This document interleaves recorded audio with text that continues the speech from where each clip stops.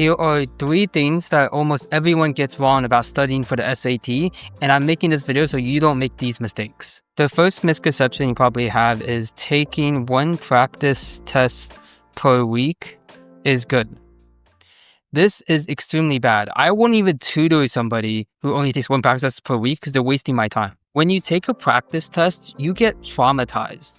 But you're running out of time, you just switched your answers, you got the question wrong, you misread this one thing, it was a stupid mistake, and if you just didn't do that one thing, you could have gotten this question right. It's traumatizing, and that trauma stays with you. If you take another practice test right after, there's a really low chance that you'll repeat the same mistakes again, because those mistakes will be vividly in your head while you're taking the practice test. If you're only taking 1 practice test per week, by the time 7 days rolls around, you'll have forgotten all that trauma, and not only the trauma from the last test, but also all the trauma from the last 3 or 4 tests. However, if you take practice tests in succession, back to back to back, you'll remember all the previous mistakes from the practice test really vividly because you're taking them so frequently. And that is why I recommend you take at least 3 practice tests per week.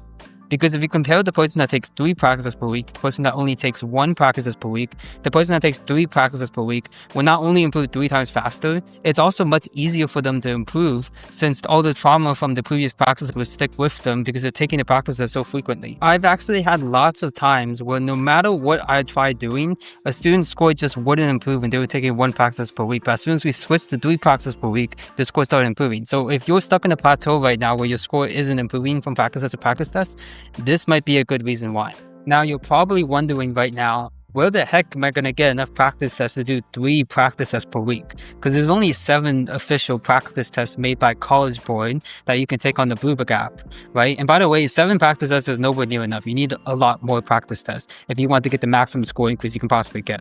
So I'm going to give you a lot of free resources. First of all is oneprep.xyz. You can click on the practice test tab up here, and then you can sort by lots of different companies like Princeton Review, SAT Panda. I think there's Kaplan and Barron too, SAT Mocks, Test Ninjas, so on and so forth. You can take the modules in here. There is also wiz.study, which is also free. You just have to make an account. I will say though that these practice tests are a lot easier than what you would normally see when you take an official SAT exam. Same thing for OnePrep too.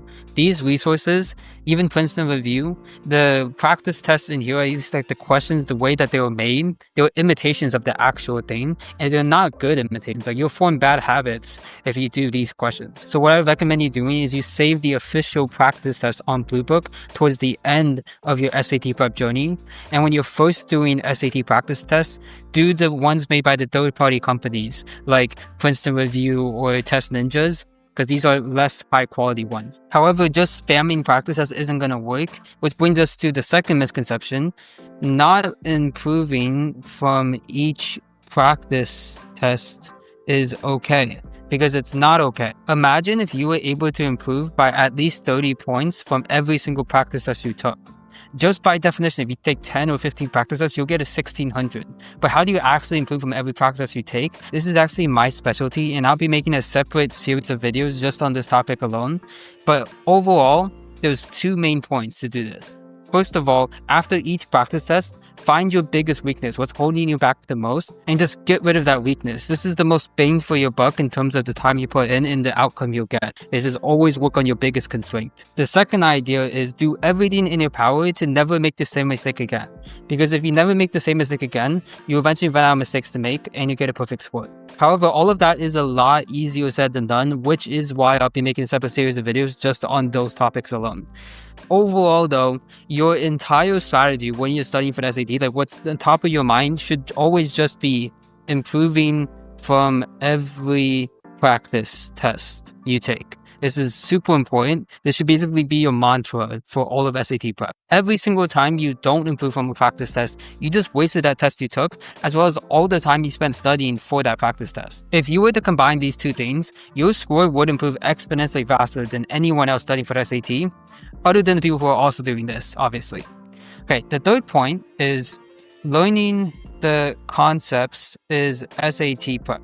I can't tell you how many people they have a test scheduled for 1 month from now, and then they pace themselves to learn all the math and the grammar concepts just before the test day, and they can take the test. That is incredibly stupid. Just learning the math rules, the grammar rules, maybe you learn all of those tricks, and you learn my reading comprehension strategies, that is not enough, because there's a difference between just knowing how to do something and actually being able to do it. In fact, I've had lots of students learn all the concepts tested on the SAT super well, but their score didn't improve. And it was only until they started taking practice tests where their score started improving. So learning the concepts isn't SAT prep. Taking practice tests is SAT prep. This is what SAT prep is all about. I actually think that learning the concepts only puts you on the starting line for SAT prep. You're not even qualified to start preparing for the SAT yet until you learn all the concepts. And then you can start taking practice tests, and this is where the real score improvement comes in. In fact, if you're taking a test a month from now, I would say try learning all the concepts within a week, ideally even less. And then from then on, for the next 3 weeks, you can do at least 3 practice tests per week and make sure you improve from every practice test until the exam. Hopefully you found this helpful. You might have noticed that this is a lot of work, okay? SAT prep is not easy. If you want a really good SAT score, an extraordinary SAT score, you have to be willing to do extraordinary things to get it.